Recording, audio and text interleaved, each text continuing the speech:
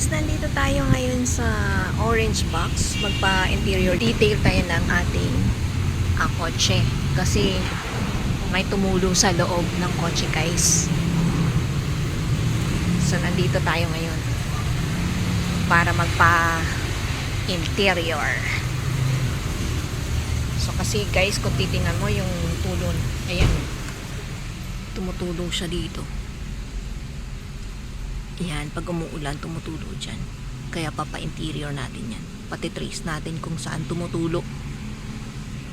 Hopefully, maayos. So, yan yung pa-interior detailing natin dito sa Orange Box. Orange Box Auto Detailing Car Wash.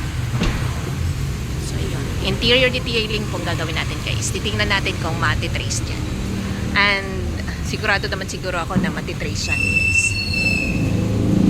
Hindi ko alam kung bakit siya tumulo bigla.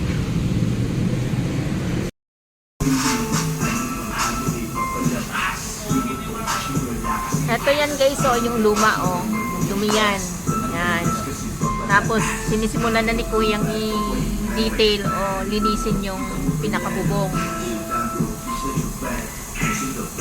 So, may strategy kung paano niya ginagawa yan guys.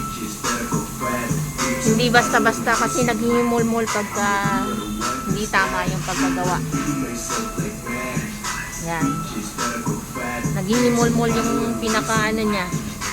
Yan. Kapag hindi tama yung pagkagawa guys. Pero yung gawa niya, tinan mo, hindi siya naghihimol-mol. Ito kasi yung dati, naghimol-mol. Ito yung dati guys, oh. Naghimol-mol siya. Pero yung bagong gawa ni Kuya, yan, natatanggal yung himol-mol. Kasi may tamang yan, stroke kung paano ginagawa yung paglinis. So, ganyan guys. Ayan yan. Tingnan natin mamaya. Papakita ko sa inyo yung gawa. Ayan. Nakalasan na ng upuan. Kasi lilinisin din yan ni Kuya mamaya. Papakita ko sa inyo yung final niyan.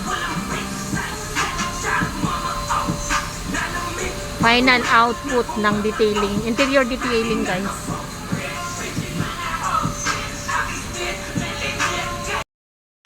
Yan yung dumi niya guys, oh. Dumi ng niya. Ilalim na natanggal yung upuan. Pero mamaya lilinisin niya ni Kuya. So ganyan yung pag nagka ayan, ang dumi.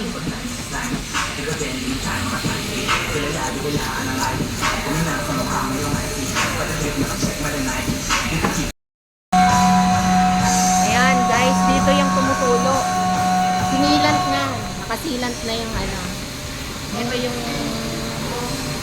may butas dito. Kaya inayos yung silang. Hopefully hindi na magtutulo yan. Nunang usok guys, oh. Back to zero yan guys. Ang tanggal ng virus, bacteria sa loob ng kotse. So ayan guys, ang lakas ng ulan, sakto. Para malaman natin kung effective yung ginawang fix dun sa tumutulo sa kotse.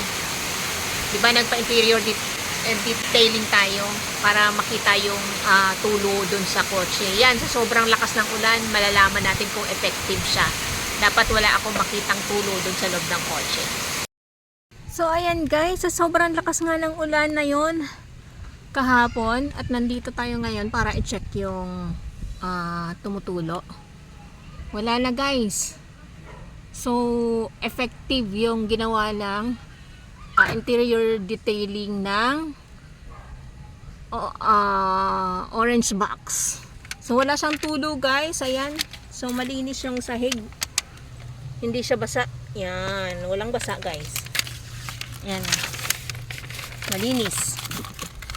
Sa lakas ng ulan kahapon, malinis ang sahig. Walang bakas ng basa.